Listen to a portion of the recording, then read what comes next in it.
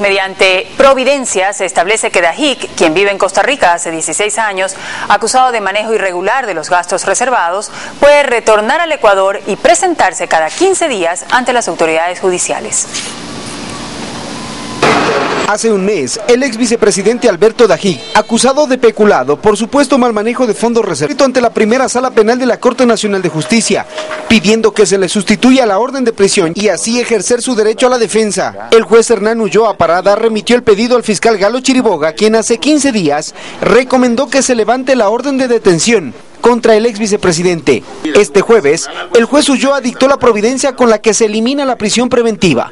Aduce que el economista Dajik no representa ningún peligro para el país y considera inadmisible que la medida cautelar dictada el 11 de octubre de 1995 haya durado 16 años, es decir, más que la pena establecida para la infracción que se le atribuye. La medida sustitutiva establece que el economista Dajik debe presentarse al siguiente día de su retorno desde Costa Rica al Ecuador y luego cada 15 días en la Secretaría de la Primera Sala Penal de la Corte Nacional de Justicia. De lo contrario, se le volverá a dictar la prisión preventiva.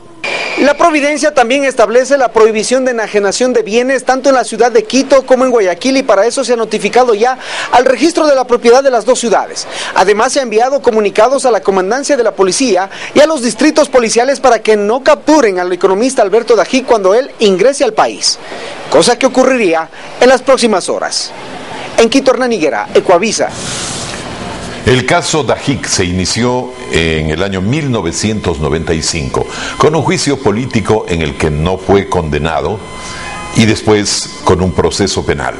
Fue uno de los eventos políticos más sonados de los últimos años. Freddy Barros nos hace un recuento. En junio de 1995, el vicepresidente de la República, Alberto Dajik, comentó a periodistas que diputados y magistrados exigían dinero a cambio de la aprobación de leyes y fallos en favor del gobierno. Los pagos se habrían hecho con los llamados gastos reservados o secretos. El que denunció fue el vicepresidente de la República. Yo me hice eco de la denuncia en mis artículos. Conocida la denuncia, el Congreso inició los trámites para el juicio político en contra del segundo mandatario. Para responder a las mociones de censura planteadas por varios partidos políticos, los parlamentarios socialcristianos Javier Neira y Rafael Cuesta se hicieron cargo de la acusación penal ante la Corte Suprema de Justicia. En donde vemos dineros cuantiosos. El presidente de la Suprema, Miguel Macías, decidió iniciar el enjuiciamiento penal en contra de Alberto Dajik y dictó orden de prisión en contra de dos de sus secretarios, Gladys Merchán y Juan Mario Crespo. Ellos supuestamente manejaron los fondos.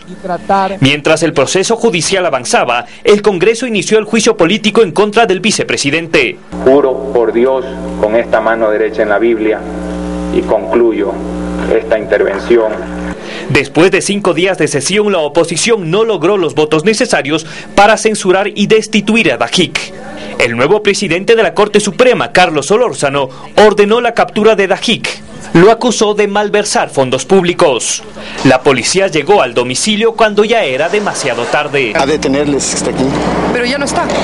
Bueno, mire, yo vengo justamente con la orden y vengo a hacer los operativos. Alberto Dajik huyó a Costa Rica y pidió asilo político en ese país. Yo acuso de ser un perseguido político porque la justicia en el Ecuador, señor, no es independiente del poder político. Una década después, el caso dio un giro cuando la Corte de Justicia, designada por el gobierno de Lucio Gutiérrez, anuló el juicio contra Dajik. Él pudo regresar al país. Con el derrocamiento de Gutiérrez se revocó lo actuado y el ex vicepresidente regresó a Costa Rica. En agosto del 2010, durante su informe a la Nación, el presidente Rafael Correa hizo un anuncio sorprendente. Ex vicepresidente de la República, para quien solicito, de acuerdo al numeral 13 del artículo 120 de la Constitución de la República, la correspondiente amnistía.